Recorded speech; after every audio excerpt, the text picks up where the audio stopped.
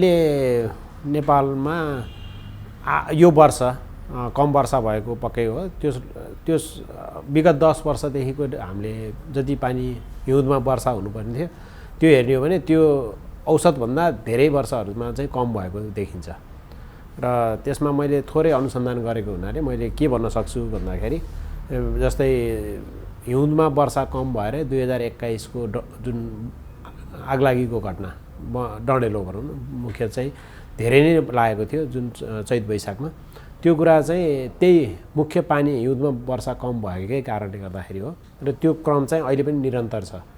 अब साँच्चै त्यो भविष्यमा पनि त्यस्तै नै हुन्छ त भनेर हेर्ने कुरामा चाहिँ अब अहिले संसारभरि नै क्लाइमेट चेन्जको कुरा गऱ्यो भने मान्छेले हेर्ने भनेको त क्लाइमेट मोडलको डेटाहरू हो। अब मैले पनि क्लाइमेट मोडलको डेटा नै हेरेर त्यसमा चाहिँ त्यो अनुसन्धान गर्दाखेरि के देखिएको छ त भन्दाखेरि नेपालमा समग्रमा चाहिँ पानी बढी पर्ने तर समग्र भनेको चाहिँ मनसुनमा जुन गरिब याममा चाहिँ बढी पानी पर्ने भयो तर जाडो याममा चाहिँ पानी कम पर्ने सम्भावना त्यसले पनि त्यही देखाएको छ। अब असर के हुनसक्छ त भन्दाखेरि सामान्य रूपमा हेर्दाखेरि अहिले खेतीपातीलाई प्रत्यक्ष रूपमा असर गरेको किसान भयो हिउँदे बालीलाई। त्यो सँगसँगै अर्को असर भनेको चाहिँ लामो समयसम्म हाम्रो जुन हावामा जुन प्रदूषित हावा छ त्यो चाहिँ रहिरहने भयो। किनभने पानी पर्दाखेरि जस्तै हामीले देख्न सक्छौँ हिजो र आजको फरक हावामा भएको जुन प्रदूषण छ त्यसलाई हटाउनलाई पनि पानीले मद्दत नै गर्छ। त्यो हिसाबमा हुने भयो। त्यो सँगसँगै अब अरू चाहिँ जुन जुन बोट बिरुवाहरू छ जुन किसिमको बाली नालीहरू उत्पादन हुने समय छ त्यो पनि परिवर्तन हुनसक्छ। अब बिस्तारै तापक्रम पनि वृद्धि भएको पानी पनि कम परेको कारणले गर्दाखेरि त्यसले चाहिँ त्यो असर पनि त्यसमा पनि असर गर्छ। त्यो भनेको चाहिँ अब जनस्वास्थ्यमा पनि प्रत्यक्ष रूपमा असर पर्ने चाहिँ देखिन्छ। अब यही वर्ष चाहिँ किन पानी कम पर्यो त भन्दाखेरि चाहिँ अब यो वर्ष अलिकति साँच्चै अलिकति इन्ट्रेस्टिङ खालको वर्ष रह्यो। किन भन्दाखेरि प्रायः जसो यो सिजनल फोरकास्ट भन्छ। सिजनल फोरकास्ट भनेको हजुरको 3-4 महिना अगाडि नै प्रक्षेपण गर्ने। 3-4 महिनापछि यो जाडो याममा कस्तो हुन्छ त भनेर संसारभरि नै विभिन्न खालका त्यो पनि मोडलले निकाल्ने हो।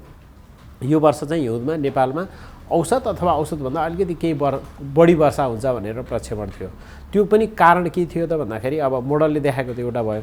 एउटा चाहिँ त्यो प्रशान्त महासागरमा जुन एलनिनो र लानिना भन्ने इभेन्ट हुन्छ। एलनिनो हुँदाखेरि चाहिँ नेपालमा हिउँदमा बढी वर्षा हुने धेरै जसो औसतमा त्यो देखिन्थ्यो।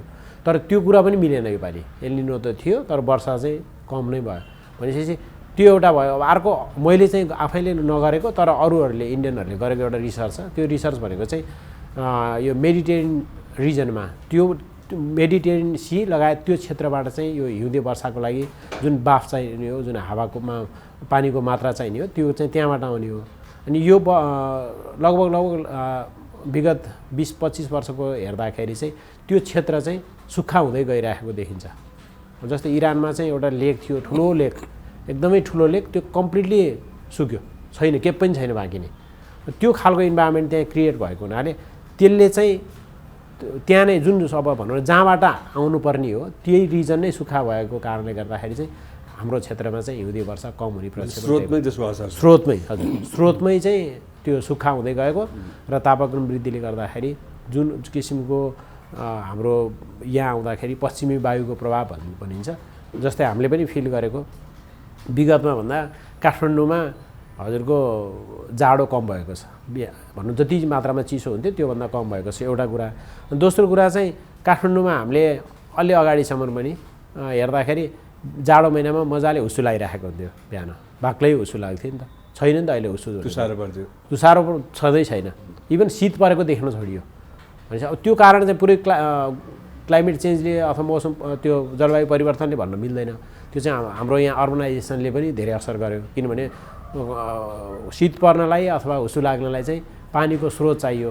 अब हाम्रोमा खोला नालाहरू पनि खासै सुक्दै गयो। भए जति पानी चाहिँ प्रयोग गरिसकेको छ त्यो छैन खालि फोहोर मात्र भयो भनेपछि त्यो कारणले गर्दाखेरि पनि नलागेको र त्यो सँगसँगै हिउँदे वर्षा कम भइसकेपछि त झन् त्यसलाई अझ असर गरेको। हिजोको वर्षा चाहिँ जस्तो भ्यालीमै भनौँ न हजुर काठमाडौँमा सबै क्षेत्रमा बराबर छैन। त्यही भएर अलिकति मौसम पूर्वानुमानको सबभन्दा गाह्रो पक्ष नै त्यही हो। मान्छेले चाहिँ अब हामीलाई कति मिलिमिटर पानी पर्छ भनेर सोध्यो भने त्यो भन्न साह्रै गाह्रो कुरा हो। यहाँ मात्र होइन, संसारभरि नै। अमेरिकामा उनीहरूकोमा एकदमै राम्रो राम्रो मोडलहरू छ, एउटा मात्र होइन, सयौँवटा मोडलहरू रन गर्छ। तर त्यो ठाउँमा पनि पानी पर्छ पर्दैन भन्ने कुरा मिल्ने चाहिँ धेरै छ, तर कति पर्छ भनेर भन्न चाहिँ एक्ज्याक्टली भन्न सकिँदैन। भनेपछि काठमाडौँको अवस्था पनि त्यही नै देखियो हिजोको पानी हेर्दाखेरि। हामीले एउटा यो काठमाडौँमा आफैले एउटा सिटिजन साइन्स भनेर आफैले चाहेको घर घरमा पनि, साथीहरू घर घरमा पनि हामीले रेन गेज राखेका छौँ कति वर्षा भयो भनेरलाई। त्यो हेर्दाखेरि हिजोको हेर्दाखेरि गोदावरी क्षेत्रमा चाहिँ अलिक बढी, सबभन्दा बढी भनेपछि यो भनौँ न यतापट्टि त्यो रिजनकोमा चाहिँ बढी देखिन्छ। लगभग 10 देखि 12 मिलिमिटरसम्म वर्षाको मापन भएको देखिन्छ र उत्तरी भेगमा चाहिँ सबभन्दा कम अराउन्ड 2 मिलिमिटरभन्दा कम वर्षा भएको देखिन्छ। भनेपछि त्यो किसिमको भेरिएसन चाहिँ देखिन्छ। हिमाल भनेको चाहिँ हुन त अरू देशहरूमा पनि जुन हिमाली भेगबाट आउने पानीमा भर पर्ने धेरैवटा देशहरू छन्, तर पनि हाम्रो नेपाल लगायत, नेपाल मात्र होइन यसमा त, हामी त नेपालमा त 3 करोड जनसङ्ख्या, तर इन्डियामा त 1 अरब जनसङ्ख्या चाहिँ यही पानीमा भर परेको छ नि त, होइन। अनि चाइना क्षेत्रमा पनि हेर्ने हो भने त 2 अरब त त्यत्तिकै छ। भनेपछि बङ्गलादेश पाकिस्तानसम्म जोड्यो भने लगभग 3 अरब मान्छेहरूको चाहिँ यही हिमालको हिउँमा भर परेको छ। इरिगेसन, हाइड्रो पावर र खानेपानी भनौँ न, तिनटै क्षेत्रमा हेर्ने हो भने सबभन्दा बढी प्रयोग त यही हिमालबाट पग्लेर आएको हिउँकै कारणले गर्दाखेरि प्रयोग भएको। अब असर चाहिँ 2-3टा कुराले हुन्छ। एउटा चाहिँ हिउँ नपर्नु, हिउँ कम पर्नु भनेको चाहिँ भनेपछि त्यहाँ त्यो त स्टोरेज हो नि त, होइन, त्यो स्रोत नै हो, पानीको स्रोत मुहान। त्यो मुहान नै सुक्खा हुँदै जाने सम्भावना बढ्दै गयो, एउटा कुरा। दोस्रो कुरा चाहिँ अब पक्कै पनि संसारभरि नै भएको र हाम्रोमा पनि असर गरेको त तापक्रम वृद्धि हो। तापक्रम वृद्धिले गर्दाखेरि राम्रैसित देखिसकेको छ। पहिला जुन ठाउँसम्म हिउँ पर्थ्यो, अहिले चाहिँ त्यो हिउँ पर्ने ठाउँ चाहिँ बढ्दै बढ्दै बढ्दै हाई अल्टिच्युडमा गएर त्यो अल्टिच्युड नै चेन्ज भइसक्यो। भनेपछि त्यसको मतलब त्यो सिफ्टिङले गर्दाखेरि चाहिँ टोटल अब हिउँ परे नि हामीलाई अथवा पानी परे नि के फरक हुन्छ त भन्ने कुरा नि आउँछ नि त। तर हिउँ भनेको चाहिँ के हो भने हिउँ पर्छ, बिस्तारै पग्लिन्छ, भनेपछि त्यसले लामो समयसम्म चाहिँ हामीलाई पानी दिइरहन्छ। पानी भनेको एकचोटि पर्छ बगेर गइहाल्छ। भनेपछि त्यसले पानी र हिउँमा त्यही फरक हो। पानी परेको चाहिँ हामीले स्टोर गर्न सक्दैनौँ, हिउँ चाहिँ त्यहाँ आफै स्टोर भएर बसेको हुन्छ र त्यसले लामो समयसम्म पानीको जुन स्रोतमा महत्त्वपूर्ण योगदान गर्ने भएको हुनाले त्यसले चाहिँ भविष्यमा साँच्चै असर गर्ने देखिन्छ। जस्तै आगामी हिउँदमा कति वर्षा हुन्छ भनेर सिजनल फोरकास्ट चाहिँ आइसक्यो। त्यो चाहिँ अब एकदम नम्बरमा यति नै पर्छ भनेर होइन कि कम पर्छ कि बढी पर्छ भन्ने सङ्ख्यामा चाहिँ निकालिसकेको छ।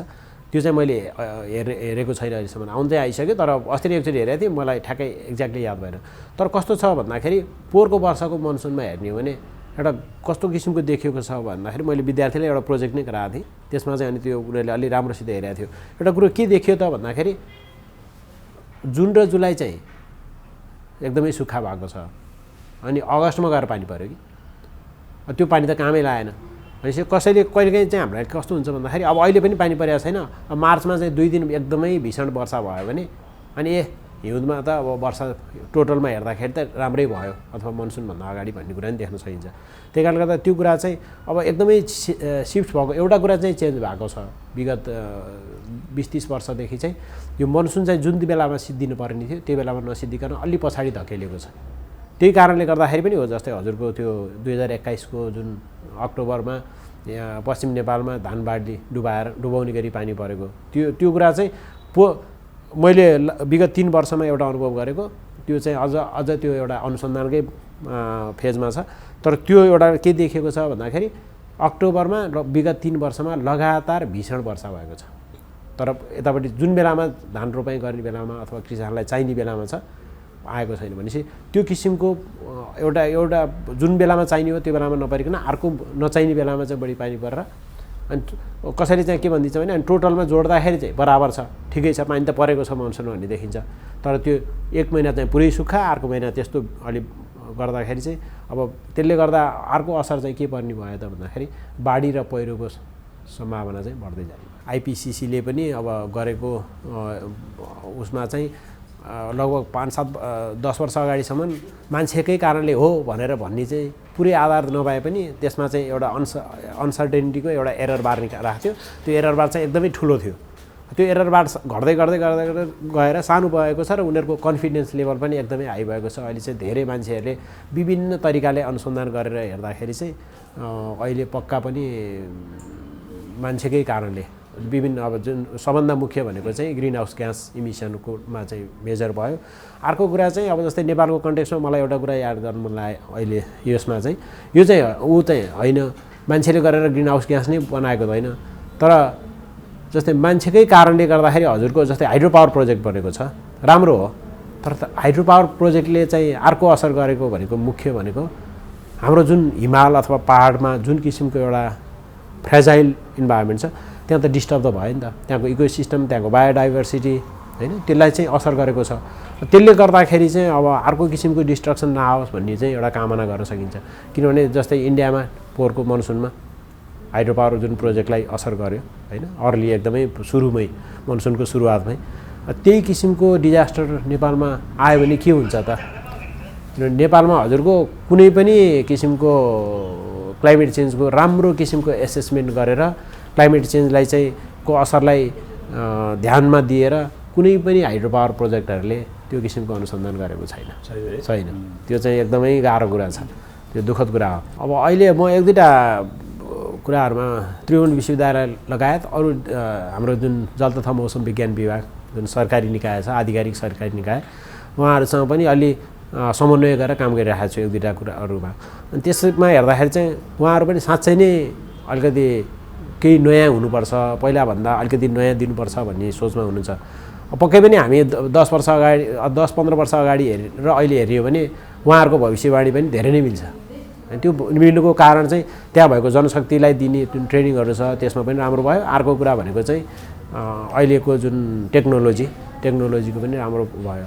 अब त्रिभुवन विश्वविद्यालयको कुरा गर्दाखेरि चाहिँ त्रिभुवन विश्वविद्यालयमा अहिले हाम्रो जस्तै एमएससी प्रोग्राममा म चाहिँ किर्तिपुरमा भएको हुनाले एमएससी प्रोग्राममा 10 जना एउटा सेमेस्टरमा 10 जना अर्को सेमेस्टरमा गरेर 20 जना विद्यार्थीहरू चाहिँ रेगुलर रूपमा हुन्छ।